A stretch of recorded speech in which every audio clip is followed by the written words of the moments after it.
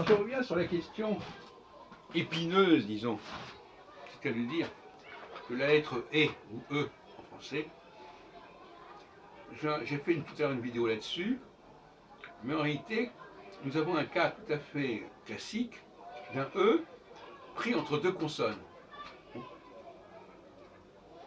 Donc quand il est pris entre deux consonnes, comment va-t-il se prononcer? Donc de manière générale, s'il est, comme je disais tout à l'heure, à la suite d'une consonne, il ne se prononce pas, il se prononce comme un E très faible, pas du tout le E. Et quand il est devant une consonne, et bien à ce moment-là, il peut prendre la forme du E. Mais c'est plus compliqué que ça. Les règles se juxtaposent, se croisent. On va prendre plusieurs exemples pour nous faire comprendre, bien que le sujet ne soit pas simple. Quand je dis « il est venu chez moi », le E se trouve entre le « che » et le « z ». Et vous remarquerez donc que dans ce cas-là,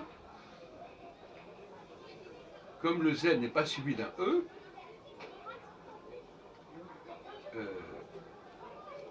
il doit se prononcer. Alors s'il est suivi d'un E, le E ne se prononce pas. Mais s'il n'est pas suivi d'un E, ça devient chez. Autrement, ça deviendrait chaise. Voilà. Donc tout ça, c'est un terrain, c'est un chantier en construction qu'il faut explorer pour comprendre dans quel cas, en français, on doit employer le E doit être lu comme un E, c'est-à-dire comme une voyelle à part entière, ou comme un E quasiment inaudible et qui sert essentiellement à prononcer la consonne qui est d'avant. Mais il y a un autre critère que j'ai mis en avant déjà depuis quelques temps, à savoir que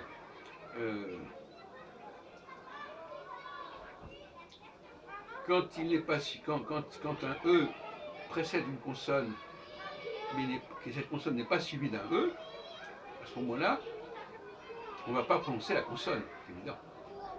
C'est pour ça que je dis chez moi. Donc ça, c'est aussi un autre facteur, un autre paramètre à considérer.